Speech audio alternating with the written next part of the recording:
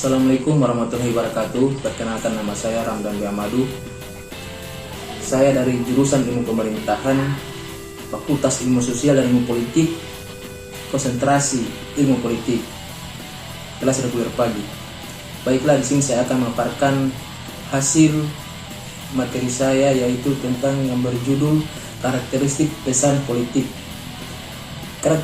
Karakteristik pesan politik ialah pesan politik, pernyataan yang disampaikan baik secara tertulis maupun tidak tertulis, baik secara verbal maupun non-verbal, tersembunyi maupun tidak tersembunyi, terang-terangan baik disadari maupun tidak disadari, yang isinya mengandung politik dan memahami komunikasi dasar, akan lebih memudahkan dan memahami banyak tipikal komunikasi lainnya. Dan komunikasi politik salah satu yang cukup mudah ditemukan dalam kehidupan keseharian manusia. Dalam proses sistem politik tersebut, diungkap oleh G.A. Almen dan S. Coleman, dikualifikasikan ke dalam 5 kelompok, yaitu kelima kelompok yang terdiri dari partai politik, kelompok kepentingan, kelompok penekan, alat komunikasi politik atau political figure, kelima political communication tool. Kelima kelompok komunikator infrastruktur tersebut sangat berpengaruh terhadap situasi kehidupan politik, karena mereka mampu menggerakkan massa dan mampu untuk memobilisasi pendapat umum agar berpihak kepada mereka.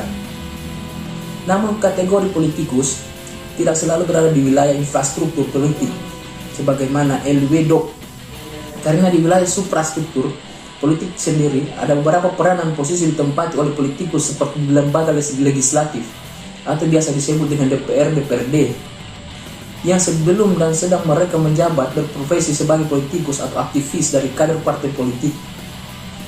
Bahkan di lembaga eksekutif dalam kategori jabatan politis seperti presiden, gubernur, dan bupati dengan sistem pemilihan langsung yang berasal dari partai politik, baik kader asli partai politik atau partai politik sendiri yang membina seseorang untuk dijagokan, termasuk menteri-menteri ditempati oleh kader partai politik sebagai pembagian kue kekuasaan dari elit terpilih.